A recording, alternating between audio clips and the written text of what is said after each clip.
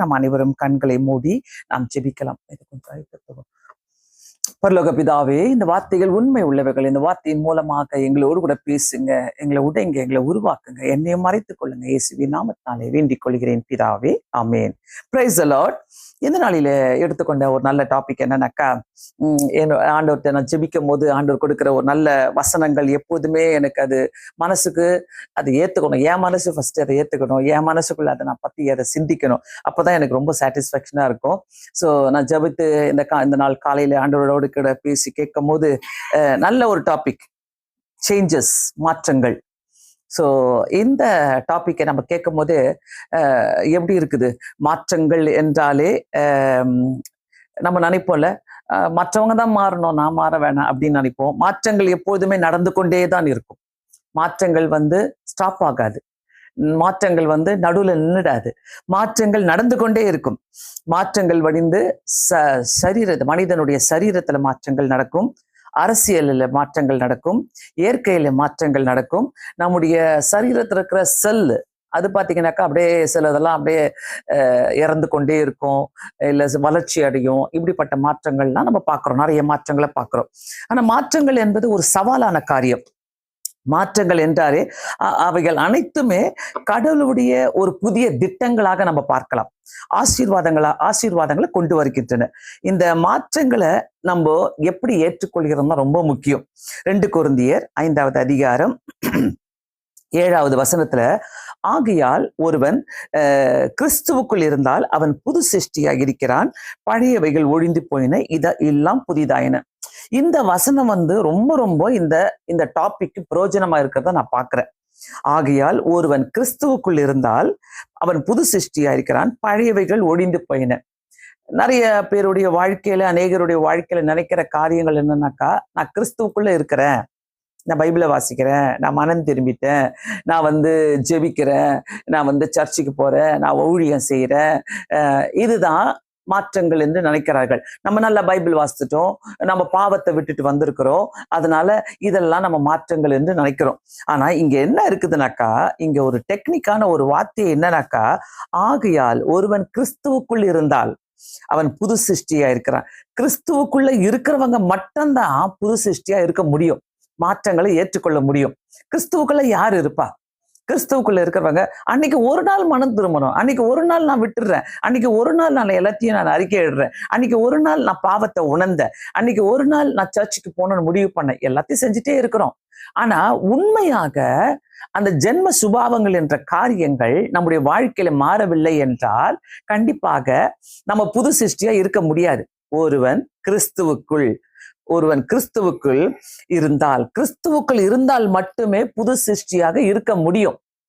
நம்ம மாற்றங்கள் என்று சொல்லிவிட்டு, நான் மாறிட்டேன் ஆண்டவரே, நான் இப்படி இருக்கிறேன், நான் அப்படி இருக்கிறேன் ஆண்டவரே, எவ்வளவோ நான் விட்டு கொடுத்துட்டேன் ஆண்டவரே. ஜென்ம சுபாவங்கள் மாறுச்சா?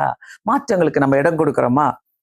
சோ மாற்றங்களை நம்ம இந்த நாளில சிந்திக்கும் போது மிகவும் மிகவும் ஒரு முக்கியமான வசனம் அந்த 2 கொரிந்தியர் இருக்கிறது. பழையவைகள் ஒழிந்து போயின, எல்லாம் புதிதாயின, எல்லாம் புதிதாகும்.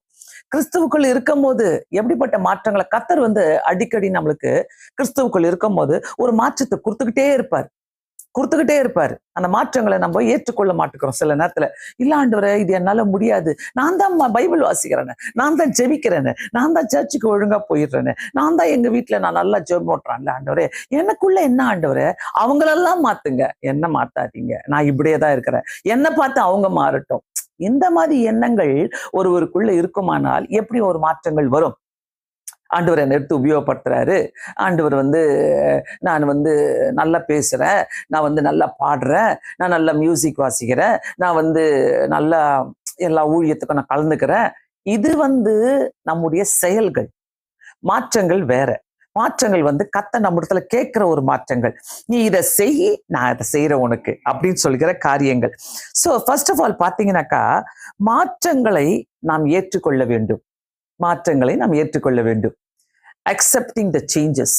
ஸோ அக்செப்டிங் த சேஞ்சஸ்ன்னு சொல்லும் போது வருகிற மாற்றங்களை நான் எப்படி ஏற்றுக்கொள்கிறேன், நான் எப்படி பார்க்கிறேன்? முதலாவது ஃபர்ஸ்ட் ஆஃப் ஆல் பார்த்தீங்கன்னா, வாழ்க்கை என்பது நிலையானது அல்ல, மாற்றங்கள் நிறைந்த பயணம். ஸோ நம்ம லைஃப் பார்த்தீங்கன்னாக்கா ஒரு சர்டன் இடத்துல நம்ம செட்டில் ஆயிடுவோம், அப்படியே ஓடும், அப்படி கிடையாது. இப்படிதான் என் லைஃப் ஓட போகுது. இன்னும் கர்த்தர் வந்து அவருடைய கிறிஸ்துவுக்குள் இருக்கிறவங்களுக்கு வித்தியாசமான மாற்றங்களை கொடுத்துக்கிட்டே இருப்பாரு. ஆண்டவர் கொடுக்குற மாற்றங்கள்லாம் ஆல்வேஸ் ஒரு ஆசீர்வாதத்துக்கு நேராக கொண்டு போகிற மாற்றங்களாக இருக்கும். ஸோ சூழ்நிலை மாறும்போது கவலைப்படாம ஆண்டவருடைய திட்டங்களுக்கு அர்ப்பணிக்க வேண்டும். பலவிதமான சூழ்நிலைகள் ஏற்படும். குழந்தையா இருக்கும்போது பிடிவாதமாக அப்பா கிட்ட அம்மா கிட்ட பிடிவாதமாக கேட்ட நாட்கள் உண்டு. அதை நம்ம அப்படியே திருமணம் ஆகிட்டு நம்ம அதை ஃபாலோ பண்ண முடியாது. நான் இப்படிதான் பிடிவாதமா இருப்பேன், நான் இப்படிதான் நான் சாதிப்பேன், நான் இப்படியே தான் வாழ்வேன். இல்லை, ஏன் என்னுடைய சர்க்கிள்குள்ளதான் வரணும், என்னுடைய திட்டங்களுக்குள்ளதான் வரணும். அதை செய்யவே முடியாது. எந்த மனுஷனாலும் அதை செய்யவே முடியாது. மாற்றங்கள் ஆல்வேஸ் கர்த்தருடைய ஆசீர்வாதங்களை கொண்டு வருகிறதாக இருக்கிறது. பிரியமானவர்களே, இந்த நாளில இந்த மாற்றங்களை கேட்கும் போதே சிலருக்கு பிடிக்காது. எதுக்கு நான் மாறணும்? பிராக்டிக்கலா யோசிங்களேன். எதுக்கு நான் மாறணும்? எதனால நான் மாறணும்? எதுக்கு நான் விட்டு கொடுக்கணும்? நான் இப்படிதான் இருப்பேன், நான் இப்படிதான் வாழ்வேன், மற்றவங்க எனக்காக மாறிக்கிட்டோம், மற்றவங்க வந்து என் பேச்சு கேட்கட்டும், மற்றவங்க வந்து என்னுடைய காரியத்துல அவங்க இன்வால்வ் ஆகட்டும், என்னால மாற முடியாதுன்னு சொல்றவங்க நிறைய பேர் இருக்கிறாங்க. பிடிவாதமான கேரக்டர்ஸ் அந்த மாதிரிலாம் இருப்பாங்க. ஆனா ஒவ்வொரு மாற்றமும் நம்மை புதிய நிலைக்கு உயர்த்துகிற படிக்கட்டுகள். ஒவ்வொரு மாற்றமும் நீங்க கொடுத்து பாருங்களேன். ஒரு நல்ல மாற்றங்களை நீங்க கொடுத்து பாருங்களேன் வாழ்க்கையில.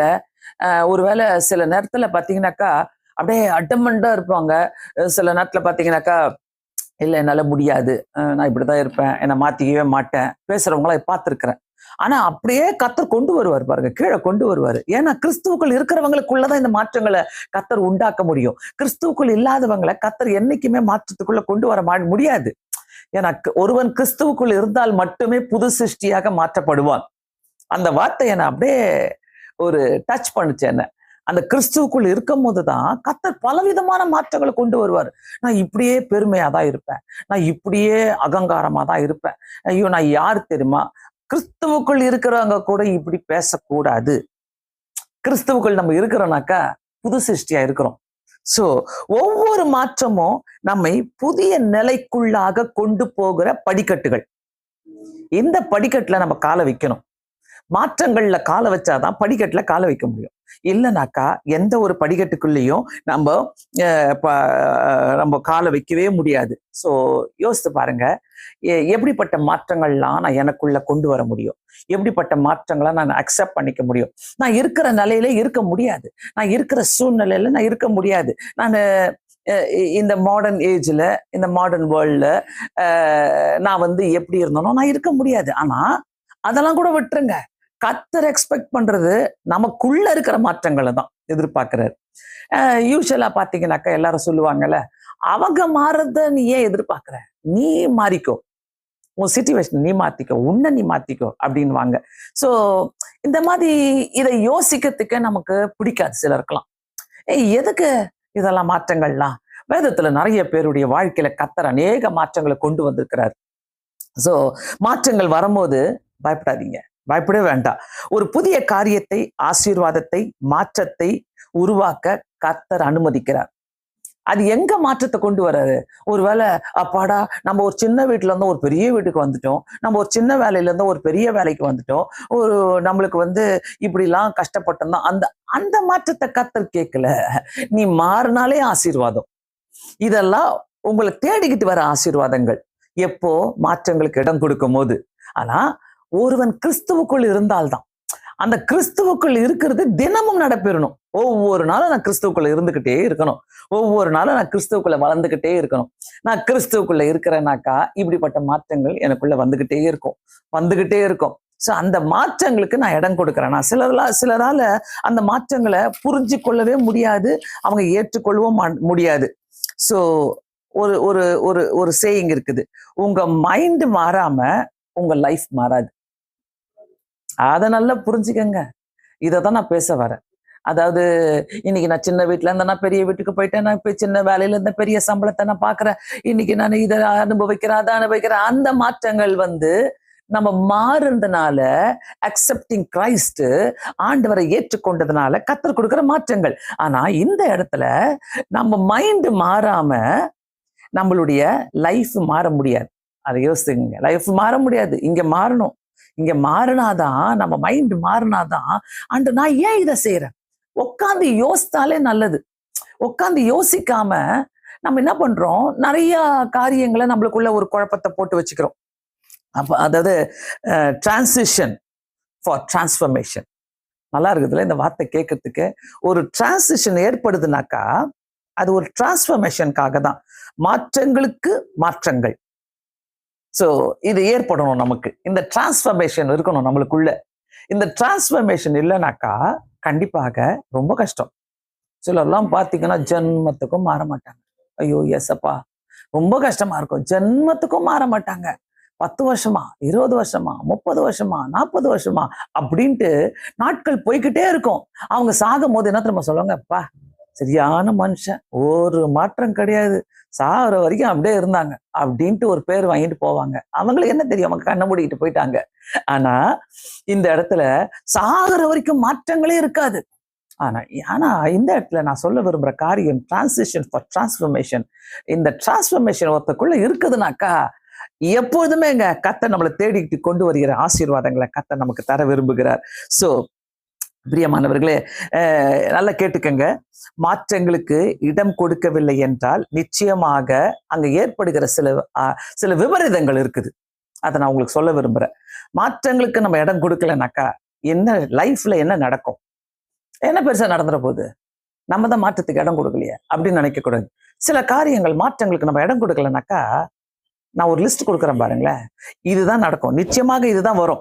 அந்த மாற்றங்களுக்கு இடம் கொடுக்கலன்னா நிச்சயமா அங்க கசப்பு இருக்கும், வெறுப்பு இருக்கும், பிடிவாதம் இருக்கும், சந்தேகம் இருக்கும், குழப்பங்கள் இருக்கும். அடுக்கிட்டே போலாம், அடுக்கிக்கிட்டே போலாம், நிறைய அடுக்கிக்கிட்டே போலாம். ஒரு மாற்றங்களுக்கு நம்ம இடம் கொடுக்கலன்னா, கசப்பு வந்துருச்சுனாக்கா ஐயோ, எல்லாம் வேலைகளுக்கு போனா அங்க மாற்றங்கள் கொடுக்க முடியல, அவங்க மேல எனக்கு கசப்பா இருக்குது, அவங்கள பிடிக்கல. குடும்பத்துல கணவன் மனைவிக்குள்ள ஒரு கசப்பு வந்துருச்சுன்னா அந்த கசப்பு எடுக்கவே முடியாது. வெறுப்பு வந்துருச்சுன்னா அந்த வெறுப்பை எடுக்கவே முடியாது. பிடிவாதம், பயங்கர பிடிவாதமா இருப்பாங்க. நான் ஏன் மாறணும், நான் ஏன் மாறணும், அந்த அந்த அந்த அங்க பாத்தீங்கன்னாக்கா அப்படியே ஒரு பயங்கரமான தடைகள், பலவிதமான காரியங்கள் ஏற்படும். ஆனா இந்த மாற்றங்களை பத்தி நம்ம நினைச்சுக்கிட்டே இருக்கணும். மாற்றம் என்பது 5ல விளையாது, 50ல விளையாமான்னு சொல்லுவாங்களே. நான் சொல்லுவேன் 50ல கூட, நம்ம 60ல கூட, 70ல கூட நினைச்சா நம்ம மாத்திக்கலாம். நம்ம நினைச்சா மாத்திக்கலாம். 5ல விளையாது, 50ல விளையாதுன்னு சொல்லுவாங்க. ஆனா 50ல விளையுமா அப்படின்னு கேட்பாங்களே. எப்ப நம்ம மாற்றம், என்னுடைய மாற்றம் முக்கியம், கர்த்தருக்கு என்னுடைய மாற்றம் முக்கியம். அதுதான், வேற எதுவுமே இல்லை. சோ மாற்றங்களுக்கு அங்க இடம் கொடுக்கலனாக்கா நம்ம சம்பாதிக்கிறது கசப்பு, நம்ம சம்பாதிக்கிறது வெறுப்பு, நம்ம சம்பாதிக்கிறது பிடிவாதம், நம்ம சம்பாதிக்கிறது சந்தேகம், நம்ம சம்பாதிக்கிறது ஒரு குழப்பமான காரியங்கள், நம்ம சம்பாதிக்கிறது இன்னும் சண்டைகள், வெறுப்பான காரியம் நிறையத்தை சம்பாதித்தே இருப்போம். ஒரு மாற்றங்களுக்கு இடம் கொடுக்கலனாக்கா சகித்து போறது வேற. ஆனா ஒரு மாற்றம் நமக்குள்ள இல்லைனாக்கா, அதாவது நம்ம சிலர்கிட்ட நம்ம என்ன எதிர்பார்ப்போம், இவங்கள மாத்தணும், இவங்கள மாத்தணும், இவங்கள மாத்தணும். அவங்க நல்லாதான் இருப்பாங்க, ஜாலியா, அவங்க சந்தோஷமா தான் இருப்பாங்க. உங்க மைண்ட் அவங்களுக்கு தெரியாது, உங்க மைண்ட் வாய்ஸ் அவங்களுக்கு தெரியாது. ஆனா அவங்க சந்தோஷமா தான் இருப்பாங்க. நீங்க மனசுக்குள்ள நினைச்சிட்டு இருப்பீங்க, அவங்கள மாத்தணும், அவங்கள மாத்தணும், அவங்கள மாத்தணும்.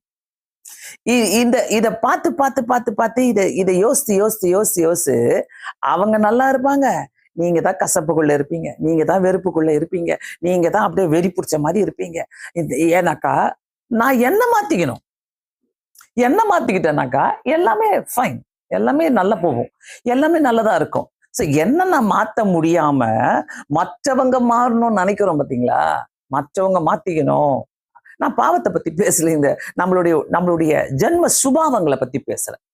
ஜென்ம சுபாவங்கள் மாற்றப்படலைனாக்கா கண்டிப்பாக கர்த்தருடைய ஆசீர்வாதங்களையோ திட்டங்களையோ நம்ம எதிர்பார்க்கவே முடியாது.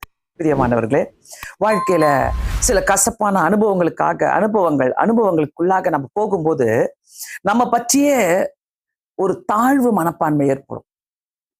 நான் நிறைய பேர் கசப்பான சூழ்நிலையில கடந்து போயிருப்போம். ஏன்னா நம்ம மாற்றங்களுக்கு இடம் கொடுக்கல. அவங்க மாறணும்னு நினைச்சிட்டு இருப்போம். ஆபீஸ்ல வேலை செய்யும் போது, வீட்டுக்குள்ள, வெளியில, பக்கத்து வீடுகளில அவங்க மாறணும்னு நினைக்கும் போது அந்த மாற்றங்கள் வராதனால நம்ம ஒரு காம்ப்ளெக்ஸ் நம்மளுக்குள்ள உள்ளாயிடும். ஏன் எதுக்கு இவங்க ஏன் இப்படி பண்றாங்க அப்படி பண்றாங்க அப்படின்ட்டு ஒரு ஒரு கசப்பான ஒரு தாழ்வு மனப்பான்மை ஒருத்தருக்குள்ள உண்டாக வாய்ப்புகள் இருக்குது. பிரியமானவர்களே, நல்லா கேட்டுக்கங்க. நிறைய இடங்களில உட்காந்து யோசிப்பது ரொம்ப நல்லது.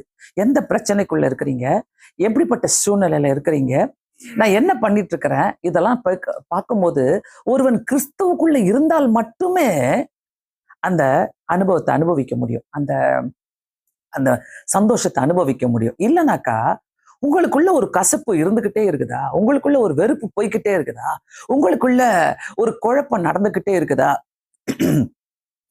இதெல்லாம் என்ன படும், உங்களை இன்னும் ஒரு ஸ்டபன் பீப்புளா, ஒரு பிடிவாதக்காரங்களா மாத்தும். யோசிங்க, நல்லா யோசிங்க. அப்போ நான் ஆண்டவர்கிட்ட உட்காந்து, ஆண்டவரே ஏசப்பா நான் எங்க மாறணும், நான் என்ன பண்ணணும் சொல்லி கேட்கறது நல்லது. நான் ஒருத்தவங்களோடு கூட பேசும்போது நான் சொன்னேன், நீங்க மாறணும் நிறையா அப்படின்னு சொன்னேன். நீங்க நிறைய மாறணும், மாறிக்கங்க. வந்துச்சே கோவம். ஏன்னா அவங்க அவங்க ஜபம், அவங்களுடைய வேத வாசிப்பு, அவங்களுடைய ஊழியங்கள் எல்லாமே ஆண்டவர் என் ஜபத்தை கேட்கிறாரு, ஆண்டவர் எனக்கு செய்யறாரு. சில காரியங்கள் அவங்கள கன்ஃபரண்ட் பண்ணும்போது, அவங்க கூட பேசும்போது அவங்களால தாங்கிக்க முடியல. எனக்கு தெரியுது இது இவங்களுக்கு நடக்காம இருக்குது, இது ஏன் இந்த கசப்புக்குள்ள இருக்கிறாங்க, ஏன் இப்படிப்பட்ட ஒரு வெறுப்புக்குள்ள இருக்கிறாங்கன்றது எனக்கு தெரியுது. ஆனா அதை சொல்லும் போது அவங்களால ஏற்றுக்கொள்ள முடியவில்லை. இந்த நேரத்துல கூட நிறைய பேருக்கு ஏற்றுக்கொள்ள முடியாது. மாத்திக்கங்களேன், மாறுங்களேன், மாற்றத்தை கத்தர் எதிர்பார்க்கிறாரு, ஆசைப்படுறாரு, கத்தருக்கு பிடிக்குமே அப்படின்னு சொல்லி நீங்க பேசுனீங்கன்னாக்கா கண்டிப்பா பிடிக்காது அவங்களுக்கு. அந்த மாற்றங்கள் அவங்களால ஏற்றுக்கொள்ளவே முடியாது. பிரியமானவர்களே, தயவு செய்து இந்த நான் சொல்லுகிற காரியம் என்னன்னாக்கா, வாழ்க்கையில கசப்பான அனுபவங்களுக்குள்ளாக நீங்க போகும்போது நம்ம பற்றிய ஒரு தாழ்வான மனப்பான்மை நமக்கு வரக்கூடாது. அதுக்கு அந்த மாதிரி பிசாசுக்கு இடம் கொடுக்காதீங்க. ஏன்னா நம்ம உடனே நினைக்கிற காரியம் என்னன்னாக்கா, ஐயோ ஆமால என்னால செய்ய முடியல, என்னை எல்லாரும் வெறுக்கிறாங்க, என்கிட்ட எல்லாரும் சண்டை போடுறாங்க, எல்லாருமே ஒரு காரியத்தை குத்து உங்களை அட்டாக் பண்ணிட்டு இருக்கிறாங்கனாக்கா, அப்ப நான் தான் மாறணும், அவங்க இல்லை, மற்றவங்க கிடையாது.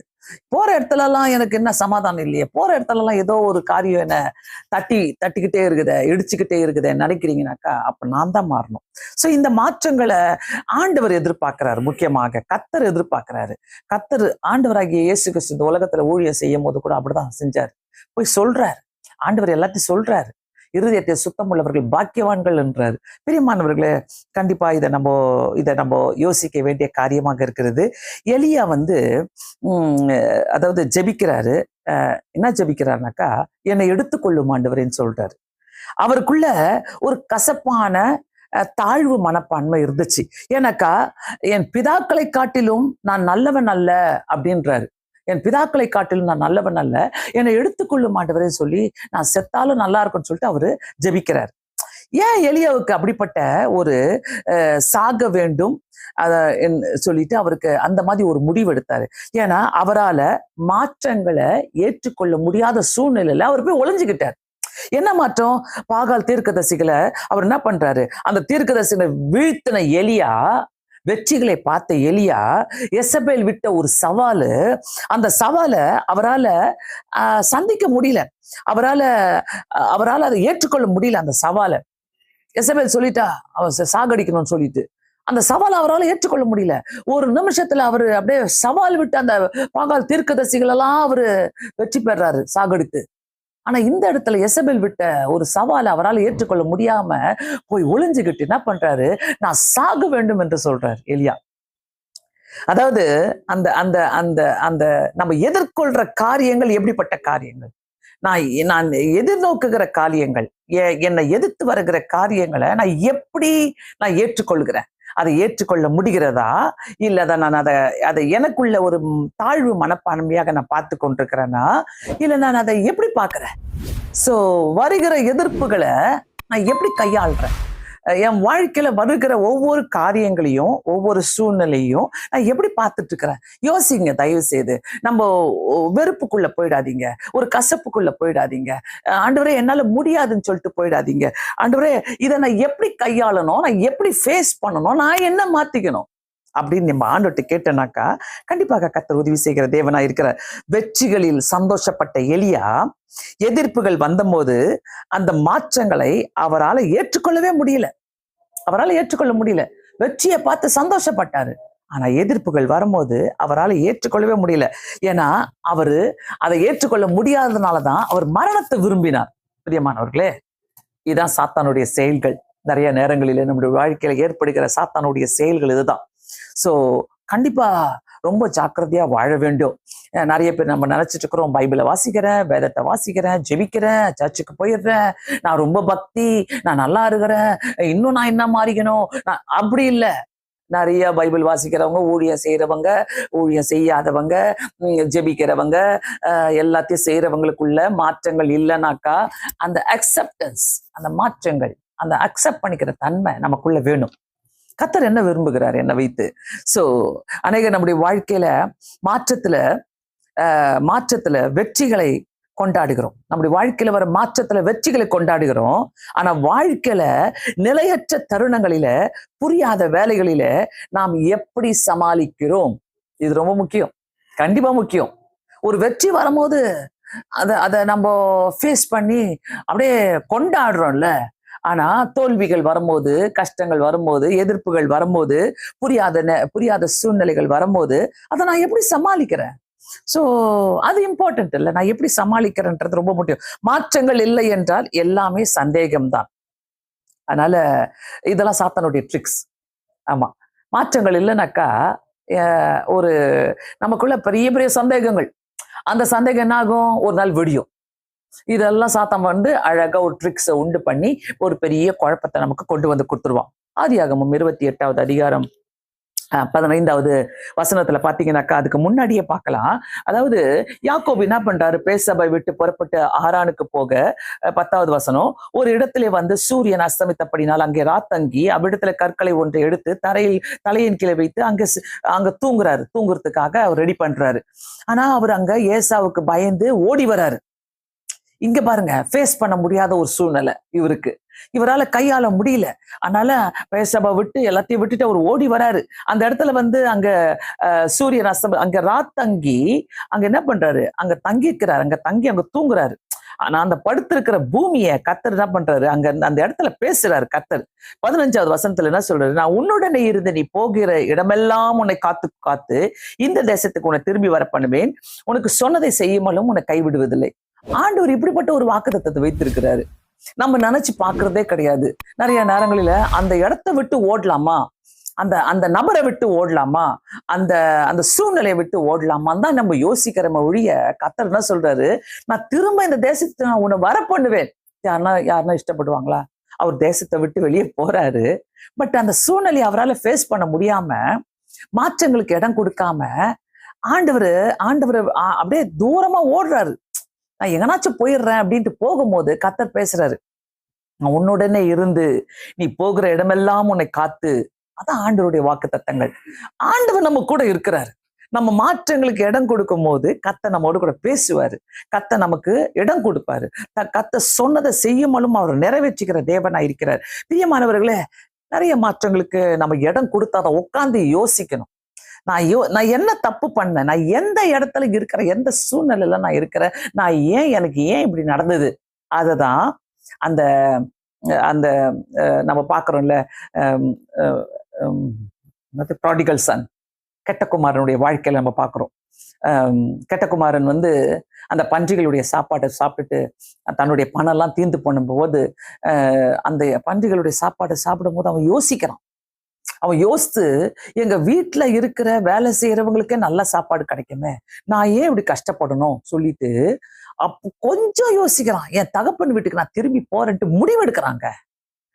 முடிவெடுக்கிறது தான் கஷ்டம். மாற்றங்களுக்குள்ள நம்ம யோசிக்கணும். உட்காந்து யோசிக்க சான்ஸ் கொடுங்க. உட்காந்து யோசிக்க நீங்க ஒரு சான்ஸை கொடுத்தீங்கன்னாக்கா அப்போ நம்ம திரும்பி ஒரு ஆசீர்வாதத்துக்குள்ள போக கர்த்தர் நமக்கு உதவி செய்வார். கெட்டகுமாரனுடைய வாழ்க்கையில ரொம்ப ஒரு அழகான ஒரு திருப்பம். வீட்டை விட்டு வெளியே வந்துட்டு திரும்பி வீட்டுக்குள்ள போகிறதுக்கு சந்தேகப்பட்டாலும் திருப்பி வீட்டுக்குள்ள போறதுக்கு இஷ்டம் இல்லை. என்ன பண்ணுவேன், வெக்கமா இருக்குது எனக்கு. மாற்றங்கள் சில நேரத்துல எப்படின்னாக்கா, ரொம்ப கோவப்படுறவங்க, ரொம்ப அதாவது பல வாழ்க்கையில இருக்கிறவங்களுக்கெல்லாம் அந்த மாற்றங்களை நம்ம பார்க்கும்போது பாத்தீங்கன்னாக்கா, என்ன இப்பெல்லாம் கோவப்படுறதே இல்லை, என்ன இப்பெல்லாம் ஒரு மாதிரி இருக்கிறாங்க, அமைதியாயிட்டாங்க. அந்த உட்காந்து யோசிக்கணும். உட்காந்து யோசிச்சாதான் நம்மளுடைய மாற்றங்கள் நமக்குள்ள வரும். இல்லை என்றால் அந்த மாற்றங்கள் வருவதற்கு சான்ஸே கிடையாது. அந்த மாற்றங்கள் நம்ம தேடிக்கிட்டு வரவே வராது. நம்ம தான் இடம் கொடுக்கணும் அந்த மாற்றங்கள் வருவதற்கு. மாற்றங்களை அதாவது தாங்க முடியாது, சிலரால தாங்கவே முடியாது. எப்படின்னாக்கா, இந்த மாற்றங்களை ஐயோயோ நைட்டு ஃபுல்லா யோசி, ஹெட்டேக்கு, எனக்கு ஃபுல்லா தலைவலி. ஏன்னா நைட் ஃபுல்லா யோசித்திருப்பாங்க. ஏன் நான் இப்படி பண்ணேன், எதுக்கு அவங்க இப்படி மாற மாட்டாங்க, எதுக்கு அவங்க இப்படி பண்றாங்க, எதுக்கு அவங்க இப்படி பண்றாங்க, எதுக்கு இவங்க இப்படி பண்றாங்க, அவங்கள பத்தி இவங்கள பத்தி தான், என்னை பத்தி நான் யோசிக்கணும். நான் என்ன பண்ணேன்? சிலரால அக்செப்ட் பண்ணவே முடியாது. ஐயோப்பா, சிலர்லாம் பாத்தீங்கன்னா, ஐயோ இந்த ஜென்ம சுபாவெல்லாம் இப்படிதான் மாறுமோன்னு யோசிக்க வேண்டிய சூழ்நிலை வந்துடும். அதுல என்னது, பல வியாதிகள் வரும். ஒரு 4 காரியங்களை நான் கேட்டேன், அதை உங்களுக்கு நான் சொல்ல விரும்புறேன். மாற்றங்கள் நம்மளுக்குள்ள இல்லைனாக்கா வியாதி தான் ஃபர்ஸ்ட். நம்பர் ஒன் இந்த வியாதி, இந்த ஹெட்டேக்கு, தலை சுத்தல், இதெல்லாம் வரும்போது ஏற்படுகிற காரியம் நம்பர் 1 ஃபைட். என்ன ஃபைட் வரும், பயங்கர மற்றவங்களோடு சண்டை போடணும், அதாவது மற்றவங்களோடு கூட என்ன பண்ணணும்னு சொல்லிட்டு யோசிச்சுக்கிட்டே இருப்போம். நான் மாற முடியாது, ஆனா உன் கூட நான் சண்டை போட்டு உன்னை மாத்திரம் பாரு அப்படின்ட்டு சிலர்லாம் நம்ம யோசிப்போம். ஓகேவா? மாற்றங்களில வருகிற சில சில வேண்டாத காரியங்கள் ஃபைட்டு. ரெண்டாவது ரொம்ப ஷார்ட்டா முடிக்கிறேன், எனக்கு டைம் இல்லை. ரெண்டாவது வந்துங்களா ஃப்ளைட் எதுக்குனாக்கா, எஸ்கேம் பண்றது. அதாவது வீட்டை விட்டு வெளில போயிடுவாங்க, அதாவது ஃப்ளைட் மூட்ல இருப்பாங்க அவங்கலாம். ஃப்ளைட்ல அப்படியே நம்ம ஏறி வேற நாட்டுக்கெல்லாம் போக வேணாம், வேற எங்கன்னா போயிட்டு மறைஞ்சிப்பாங்க. என்ன குடிப்பாங்க, ஏன்னா ட்ரக்ஸ் எடுத்துட்டு எங்கன்னா போயிட்டு மறைச்சிட்டு உட்காந்துட்டுப்பாங்க. வீட்டுக்கு வர மாட்டாங்க, லேட்டா வருவாங்க. இல்லைனாக்கா யார் கூடனா வெளியில பேசிக்கிட்டு இருப்பாங்க, வீட்டுக்கு வந்தா சண்டை வருவேன்னு சொல்லிட்டு அந்த மாதிரி இந்த ஃப்ளைட் மூட்ல இருப்பாங்க. ஃபர்ஸ்ட் ஃபைட்டு, ரெண்டாவது ஃப்ளைட்டு, மூணாவது பாத்தீங்கன்னா ஃப்ரீஸ் ஆயிடுவாங்க. என்னன்னாக்கா எதுவுமே பேச மாட்டாங்க, அவங்களால மாறிக்க முடியாது, அதனால எதுவுமே பேச மாட்டாங்க. நம்ம பாஷையில சொல்லுவோம்ல, ஜடம் பிடிச்ச மாதிரி இருக்கிறாங்க அப்படின்ட்டு. அந்த மாதிரி அப்படியே ஃப்ரீஸ் ஆயிட்டு உட்காந்துருவாங்க. ஃபைட்டு, ஃப்ளைட்டு, ஃப்ரீஸு, இதெல்லாம் பார்க்கும்போது நாலாவது பார்த்தீங்கன்னாக்கா ஃபியர். அதாவது எதுக்கு எடுத்தாலும் ஒரு பயம். ஐயோ என்னடா அது, நம்ம குணம் தெரிஞ்சிருமோ, அல்லது நம்ம மாறிடுவோமோ, நம்ம விட்டு கொடுத்துருவோமோ, நம்மளுடைய பெரிய பெருமையெல்லாம் விட்டு கொடுத்துருவோமோ, இப்படிப்பட்ட குணங்கள்.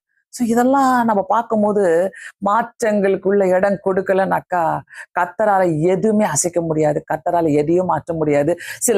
சில ஆசீர்வாதங்கள்லாம் அப்படியே கர்த்தர் ஸ்டாப் பண்ணி வச்சுக்கிறான்னாக்கா, நீ ஜெபிக்கலாம், நீ ஊழியத்துக்கு போகலாம், நீ பைபிளை வாசிக்கலாம், நீ பிரசங்கம் பண்ணலாம், நீ என்ன வேணா செஞ்சுக்கலாம். ஆனா மாற்றங்களுக்கு இடம் கொடுக்காதனால சில காரியங்களை கர்த்தர் நிறுத்தி வச்சிருக்கிறாரு. கொடுத்துட்டாருன்னா கையிலையும் பிடிக்க முடியாது அந்த ஆசீர்வாதங்கள். நீங்க எக்ஸ்பெக்ட் பண்ற காரியங்கள் கர்த்தர் கொடுத்துட்டாருன்னா அதை கையில பிடிக்கவும் முடியாது. அதனால கர்த்தர் பிடிச்சு வச்சிருக்கிறாரு. அதுக்குதான் பிலிப்பியர்ல பவுல் அடிகளார் சொல்றாரு, எனக்கு, அதாவது 7வது வசனத்துல, பிலிப்பியர் 3வது அதிகாரம் 7வது வசனத்துல, எனக்கு லாபமாயிருந்த எவைகளோ அவைகளை கிறிஸ்துவுக்காக நஷ்டம் என்றும் எண்ணுகிறேன் சொல்றாரு. அத இன்னொரு வார்த்தையில சொல்வாரு 11வது வசனத்துல, அவருக்காக எல்லாவற்றையும் நஷ்டம் என்று விட்டேன், குப்பையுமாக எண்ணுகிறேன். சில கெட்ட குணங்களை நம்ம குப்பையா எண்ணிதான் பார்க்கணும். சில மாற்றங்களுக்கல்ல கர்த்தர் நம்மளை கொண்டு வரும்போது வேண்டாத காரியங்களை குப்பையா எண்ணுகிறேன். அவர் சொல்றாரு, நான் அடைந்தாயிற்று அல்லது முற்றும் தேறினவனானேன் என்று எண்ணாமல் கிறிஸ்து இயேசுவினாலே நான் எதற்காக பிடிக்கப்பட்டேனோ அதையே பிடித்து கொள்ளும்படி ஆசையாய் தொடர்கிறேன். என்ன ஒரு அழகான ஒரு மாற்றங்கள் பாருங்க அவருக்கு. அவர் சொல்றாரு பாருங்க, எல்லாத்தையும் குப்பையா என்னால் மட்டுமே நம்ம மாற்றங்களுக்குள்ள வர முடியும். ஆண்டவரே, என்னுடைய ஈகோவை, என்னுடைய பெருமையை, என்னுடைய பிடிவாதத்தை, என்னுடைய ஆண்டவரே வேண்டாத குணங்களை எல்லாத்தையும் நான் குப்பையா எண்ணுகிறேன். என்னுடைய கசப்பை, என்னுடைய வெறுப்பை, ஆண்டவரே என்னென்னலாம் நான் மற்றவங்களை மாத்தணும்னு நினைக்கிறேனோ அது எல்லாத்தையும் குப்பையா எண்ணுகிறேன். எனக்கு வேணாம். அதான் ரொம்ப அழகா அடுத்த வசனம் தாங்க எனக்கு ரொம்ப பிடிச்சிச்சு. நான் அடைந்தாயிற்று அல்லது முற்றிலும் தேறினவனானேன் என்று எண்ணாமல், அவர் சொல்றாரு பாருங்க, எல்லாத்துலயும் நம்ம தேறினான அவன, எல்லாமே நான் அடைந்தாயிற்று அதை எண்ணாமல். அந்த எண்ணம் தேவையே கிடையாது. நம்ம போக போக போக வயசாக ஆக ஆக ஆக பார்த்தீங்கன்னாக்கா மாற்றங்களுக்கு இடம் கொடுத்துக்கிட்டே இருக்கணும். வாலிப பிள்ளைங்கள் எல்லாம் நான் ரொம்ப பார்ப்பேன், அப்படியே அப்படியே ஸ்ட்ராங்கா இருப்பாங்க. இல்ல நான் மாறியே முடியாது, நான் இப்படிதான் நான் அப்படிதான் பேசுவாங்க. வயசாக வயசாக பார்த்துக்கிட்டாங்கனாக்கா கண்டிப்பா மாற்றியதான் அவனை, வேற வழியே கிடையாது, வேற வழியே இல்லை. சில சூழ்நிலைகளை கர்த்தர் உடைப்பாரு, குப்பையா எண்ணணும். நம்ம சில மாற்றங்களுக்குள்ள வரணும்னாக்கா கண்டிப்பா ஆண்டவரே இதெல்லாம் நான் குப்பை, எல்லாவற்றையும் நஷ்டம் என்று விட்டேன், குப்பையுமாக எண்ணுகிறேன். என்னென்னலாம் மைண்டுக்குள்ள ஓடிட்டு இருக்குதோ, கசப்பு வெறுப்பு எல்லாத்தையும் குப்பையா என்ற ஆண்டவரே, நீ என்ன செய்றீங்களோ செய்யுங்க ஆண்டவரேன்னு சொல்லுங்களேன். சூப்பரா முடிச்சிடுவாரு கர்த்தர். எல்லாத்தையும் அப்படியே அமைதியாக முடிச்சு போற. எனக்குள்ள மாற்றங்கள் இல்லாத வரைக்கும் நான் மற்றவங்களிடம் மாற்றங்களை எதிர்பார்க்க முடியாது. எனக்குள்ள நான் மாற்றங்களுக்கு இடம் கொடுக்காத வரைக்கும் கர்த்தரால எந்த ஆசீர்வாதங்களையும் எனக்கு செய்ய முடியாது. சோ இதை நம்ம கரெக்டா தெரிஞ்சுக்கிறேனாக்கா, கிறிஸ்துவுக்குள்ள நான் போய்கிட்டே இருக்கலாம். ஆண்டவருக்காக நான் எதையாவது செஞ்சுக்கிட்டே இருக்கலாம். ஆண்டவருக்காக நான் எதையாவது ஓடிக்கிட்டே இருக்கலாம்.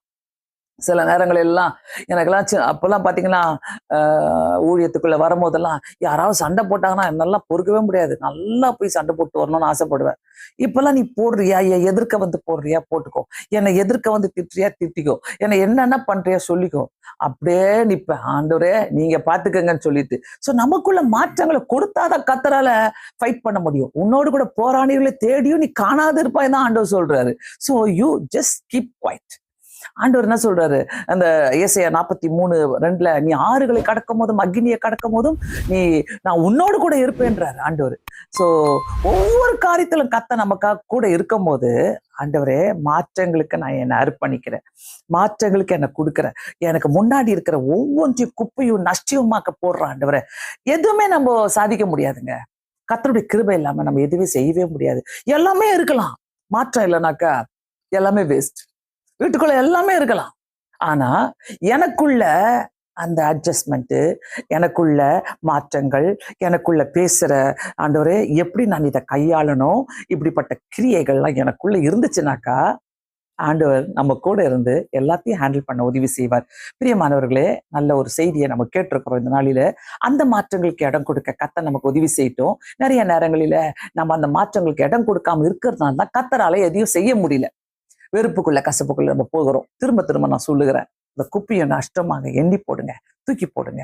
கர்த்தர் நமக்கு அநேக அற்புதங்களை செய்யட்டும். நம்ம அனைவருமே கண்களை மூடி செபிப்போம். இந்த நேரத்துல ஆண்டவருக்கு ஒப்பு கொடுத்து, ஆண்டவரே நல்ல ஒரு மாற்றங்களை என்னுடைய வாழ்க்கையில நான் யோசிக்க எனக்கு உதவி செய்யுங்க. பக்தியா இருந்தா பத்தாது, புது சிருஷ்டியா கிறிஸ்துவுக்குள்ள ஒருத்தன் மாறினால்தான், ஒரு புது சிருஷ்டியா மாறினால்தான் கர்த்தரால அற்புதங்களை செய்ய முடியும், அதிசயங்களை செய்ய முடியும். உங்களுக்கு முன்னாடி இருக்கிற உங்க கோபம், உங்க வெறுப்பு, உங்க கசப்பு, என்னென்னலாம் உங்க வீட்டுக்குள்ள நீங்க யோசிச்சுட்டு இருக்கிறீங்களோ எல்லாத்தையும் குப்பையும் தூக்கி போடுங்க.